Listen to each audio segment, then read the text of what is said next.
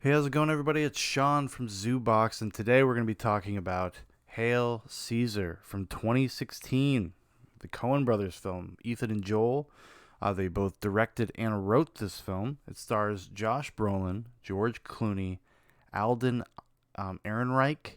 You would know him if you're a goober, if you're a nerd. You probably know him as the new Han Solo. He played the young Han Solo, and he got that role based on his performance in this movie. It also stars Ralph Fiennes, Scarlett Johansson, Tilda Swinton, Channing Tatum, Frances McDormand, Jonah Hill, and Allison Pill. And Fisher Stevens has kind of a little cameo. It's just chock full of people you would recognize, a who's who. And most of the stars, they just have kind of little mini roles. The real stars of the movie are Josh Brolin, George Clooney, and Alden Ehrenreich. They're kind of the leads of the story. They have the most development. They have the most to do. And now, when you go into a Coen Brothers movie, especially their comedies are a little different than their dramas because their comedies a lot of times are predicated. A lot of the jokes in their comedies are predicated on you kind of having an awareness of what they're referencing. And Hail Caesar is no different. If you don't know anything about the old Hollywood studio system, if you don't know anything about the Red Scare that swept through Hollywood in the 1950s, the McCarthy era, if you don't know some of the characters that were involved in that, the real life characters, a lot of this is probably going to fall pretty flat for you. To me, it's a movie that gets better and better as I watch it, especially considering over the past few years, in reference to the Red Scare, the McCarthy era stuff, how he would go and they'd find communist collaborators, people that were working in Hollywood, and he would get them blacklisted. And for a long time, people just completely denied it. Oh, it's just crazy. Now, this is not me defending McCarthy or his tactics, but he really wasn't wrong. And over the past few years, they've kind of just come out and admitted that. In fact, it's heroic now. It's a virtue. Um, and Hail Caesar's approach to that is very funny. I don't think the Coens are pro communism or really against communism. It doesn't really make a case for it. It just kind of skewers it as a bunch of kind of out of touch intellectuals that have just bought into another system to be subjugated by. Because they all hang out, have little club meetings about the nature of communism and the nature of capitalism and how it how it destroys the working man and takes all of his rights away, and et cetera, et cetera, et cetera. And they kind of go pretty hard at the end of the film. You have to kind of see it in its totality because of where those characters end up. But like I said, you kind of need to have an awareness of that stuff to appreciate a lot of what's going on. Josh Brolin is incredible in this movie. It's one of his best roles, as he's like a Hollywood fixer. He works for Capitol Pictures, I believe. And his charge is to basically make sure the fantasy of Hollywood, and like not just the movies, but the fantasy, the meta existence, the meta story, is kept intact. And he's got an interesting character because he's a Catholic man, like a severely Catholic person, and he has a lot of guilt. And there's a humorous juxtaposition between like his faith and then how he goes about doing his business, how he treats his job. It's church to him. It's an opportunity to sell values to the public. So because the movie surrounds this movie, Hail Caesar, that is about a Roman soldier that basically accepts Jesus, and it's taking place in that time period, the movie they're making. And so that's kind of a subtext throughout the movie that's seeded in. I mean, this guy, Josh Brolin's character, is so into it, into his faith, that he feels intense amounts of guilt for hiding the fact that he hasn't quit smoking yet from his wife. and there's a really humorous exchange. The movie opens and closes with him in a confessional booth, basically, and that's his big thing. Like he is the real deal. He is a virtuous man, and they're all these people that work in Hollywood are kind of like his children, and he works hard to maintain the fantasy of not just, like I said, not just the movies, but the lives of the stars. Making sure that if somebody had a baby out of wedlock, that they would get married right away, because it would hurt the studio, it would hurt the films that they're in.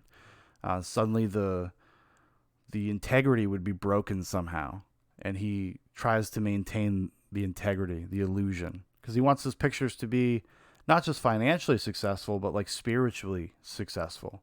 It's a really interesting kind of examination of that system, the innate immorality of the Hollywood system, and with a guy like this at the head, and like all the contradictions and the hypocrisy that come from that.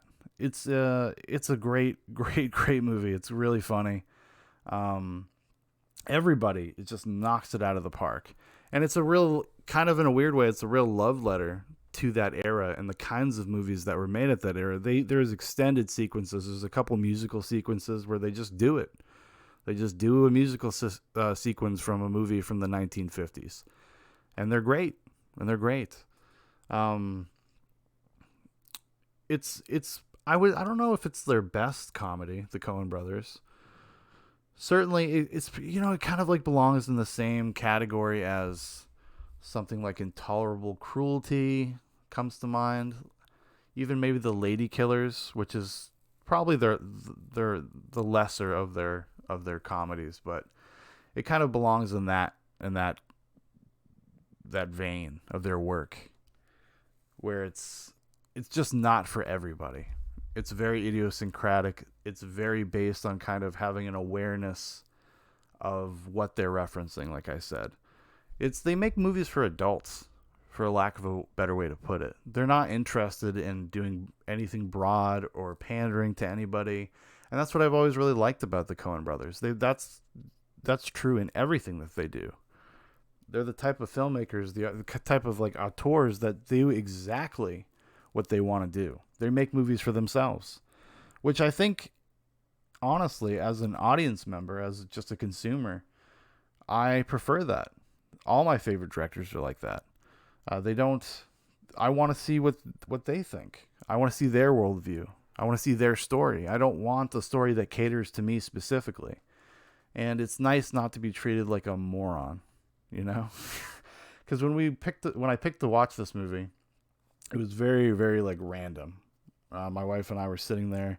She was like, I want to watch a comedy. I was like, okay, we'll watch a comedy.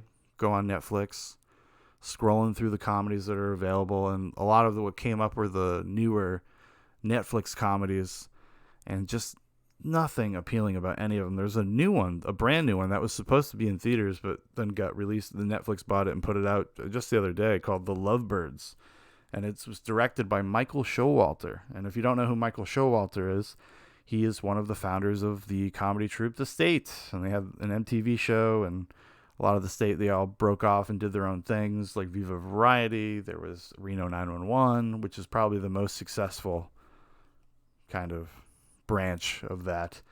And even with him at the director's helm, because Sarah and I, my wife, were really big fans of The State. Sarah especially, she was a huge fan of The State. And we just couldn't bring ourselves to do it. It just looked so hack. It just looked so awful. And in fairness to me and my wife, like Michael Showalter's directorial work is generally kind of mediocre. I would say the same thing about David Wayne. Other than Wet Hot American Summer. Okay, that's its own thing. That's the best thing they've ever done.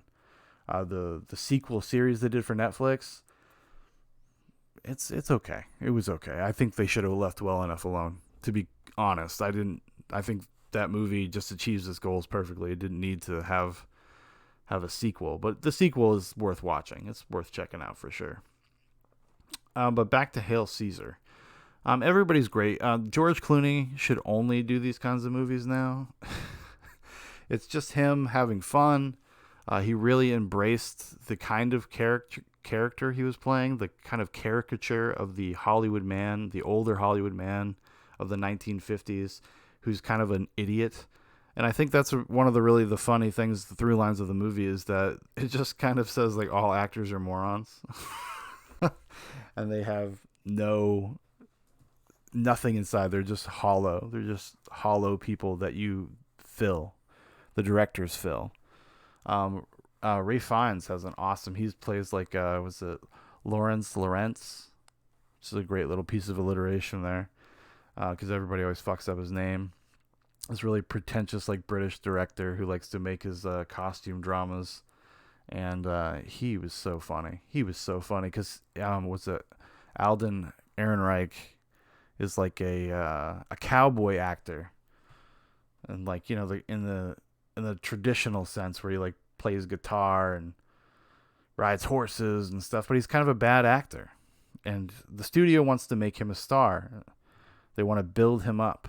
So you get to see kind of part of that process of how actors at the time were chosen. So they push him into this costume drama, and he's awful and he's terrible. And there's this great scene of him just trying to get Ray Fiennes just trying to get him to say like this really simple line convincingly, and he just cannot do it. And then at the end of the movie, you see like the final version of the scene, and they reduce it down to like 2 words. It's complicated. It's really great, and just the way it all ties together at the end of the in the era. And like I said, going back to what I said about kind of how it kind of skewers the intelligentsia of the communist community at the time. They're just buffoons, and they're just like they come off convincing, and what they're trying to do is convince George Clooney's character to become a communist and seed communist type things in the movies that he's in, or help communist writers get their material produced. And he's such a moron. Like he has just he's so out of his depth. He just and this I think is true of a lot of people that get wrapped up in this stuff. He's just like, of course I'm for the working man, of course. Oh, this helps the working man. Oh, that's interesting. And then when he comes back, Josh Brolin gets back a hold of him at the end of the movie, and he just slaps him around. He's like, I don't ever want to hear about this again. Because that's just what, like, the actors are like children that need to be coddled, and they need to be told what to do. It's really funny. If you've never seen Hail Caesar, it's streaming on Netflix right now. I would suggest giving it a go. It's kind of like the satirization of a movie that came out a couple years ago called Trumbo. And Trumbo was about a Hollywood writer during this time that gets kind of caught up in the Red Scare stuff and gets kind of blacklisted, and he has to write under a different name. But he was a communist.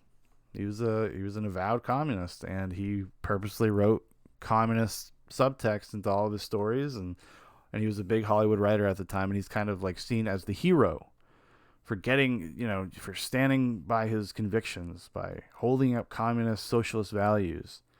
And in this movie, it just kind of brings everybody down. And it's not just communists that it does, like I said. I mean, it's skewering everybody. And it's really something special. I think it's one that a lot of people overlook. And I think because at first glance, like even the first time I saw it, I didn't hate it or anything, but I wasn't a huge fan. But I've really come around to it, especially with a little bit more understanding of history, an understanding of the time period, at least more cognitively aware. There we go. That's the word. I got it. Of how those things operated. Because I've always been a fan of film, and I've always been a fan of older movies. I watch a lot of older movies, and so I had an awareness, but I wasn't smart enough maybe to put the pieces together of what the Coen brothers were doing, because they just don't hold your hand. Either you get it or you don't. And I respect the hell out of that. It's a great flick, and definitely give it a chance if you've never seen it. But like I said, it doesn't hurt to have a little bit of awareness of kind of what it's referencing. And yeah, you're not going to see a funnier movie come out in 2020. I guarantee you that. I'd be really surprised if something, unless the Coen Brothers have a movie coming out, then maybe we'll get a funnier movie than Hail Caesar. It's just this part of their. That's what I've, just talking about the Coen Brothers in general. Like, it's what I've always really loved about them. They're so eclectic. They tell so many different kinds of stories, but in their own unique, idiosyncratic way. It's like if you care to, the most recent episode of Zoobox Goes to the Movies, I spoke to my friend about Glenn Ross, and we were talking briefly about how Mamet, even though his work is distinctly David Mamet, his characters have their own voices, have their own character. And that I think that is very much true in the Coen's writing. It's so specific and mannered. I mean, that's the famous thing about Fargo. Uh, all of the weird kind of affects and colloquialisms that were spoken by the characters, all the stuttering, it's all in the script. And the actors learn the script. You do not improvise with the Coen Brothers material. And they're all the better for it because we get these really unique, special things. One of their movies I've been meaning to revisit for a while is Inside Llewyn Davis. I only saw it one time, and I was kind of lukewarm on it. But so I'd like to revisit it because I think that is the case with a lot of the Coen Brothers comedies or dramedies, is that they can kind of take a while to sink in, to really kind of understand the levels that they're working on. They're just better than you. They're just smarter than most of us. And their movies really require attention and a reassessment often. Some of, just like with music, a lot of my favorite songs, a lot of my favorite bands are bands that I kind of maybe pushed off against the first time I heard them, but then they just kind of crawl in your brain. And I would say the same thing with the Coen Brothers, even their comedies. Like the Lady Killers. I like the Lady Killers. I think it's probably like I said, the lesser of their comedies, but there's some really fun stuff in there, and it's reflective of an era.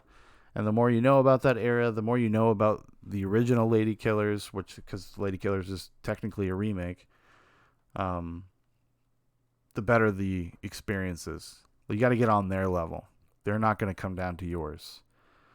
And like I said, that's what makes it special. All right, everybody. Well, that's going to do it for me today. So if you want to know more about Zoobox, check us out on Facebook, Zoobox Podcast on Facebook, at Zoobox Podcast on Instagram.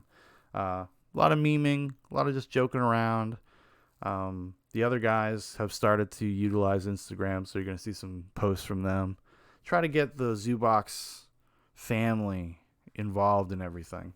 And also, if you would like to make a request for these daily videos, or maybe even a Zoobox Goes to the Movies, drop it in the comments. I will happily look at it and put it on the list of things to do. Because I'm always looking, I own so many movies.